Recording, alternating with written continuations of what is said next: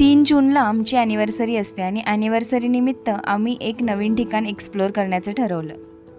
बाहेर मस्त पावसाळी वातावरण होतं. अधेमध्ये कोसळणाऱ्या पावसाच्या सरी आणि मध्येच पडणारा धो-धो पाऊस, अशा वातावरणात आम्ही शिरवळपासून साधारण 30 किलोमीटर अंतरावर असणाऱ्या आणि भोर बसस्थानकापासून साधारण 13 किलोमीटर अंतरावर असणाऱ्या डोंगरमाथा या फॅमिली रेस्टॉरंटला जाण्याचं ठरवलं. अतिशय निसर्गरम्य असणाऱ्या या रेस्टॉरंटच्या जवळच भाटघर धरणाचं बॅकवॉटर आहे. आजूबाजूचा परिसर तितकाच निसर्गरम्य. इथल्या जेवणाबद्दल खूपदा मैत्रिणींकडून ऐकलं होतं, तर म्हटलं आज स्वतः जाऊन या जेवणाचा आस्वाद घ्यावा. इथली स्पेशालिटी असणारं प्रॉन्स आणि खेकडा लॉलीपॉप आम्ही मागवलं.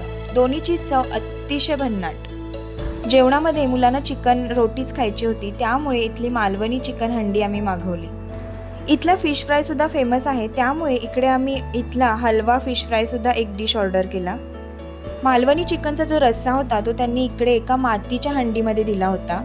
रस्सा आणि चिकन दोन्हीची टेस्ट खूप भारी वाटली.